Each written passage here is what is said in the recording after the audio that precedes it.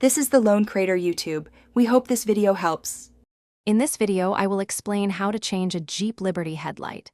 First, gather your tools: a Phillips head screwdriver, a flathead screwdriver, and your new headlight bulb. Make sure your Jeep is parked safely on a level surface with the engine off.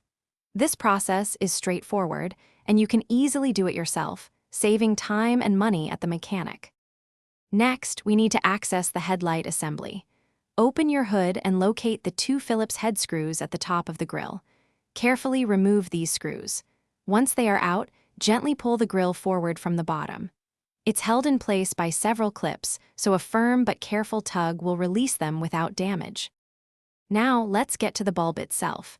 You'll see two more Phillips head screws securing the entire headlight assembly. Remove these, then carefully pull the assembly forward.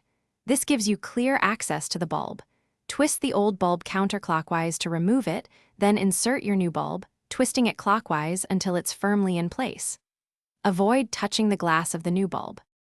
Finally, it's time to put everything back together. Carefully push the headlight assembly back into its slot and reinsert the two screws.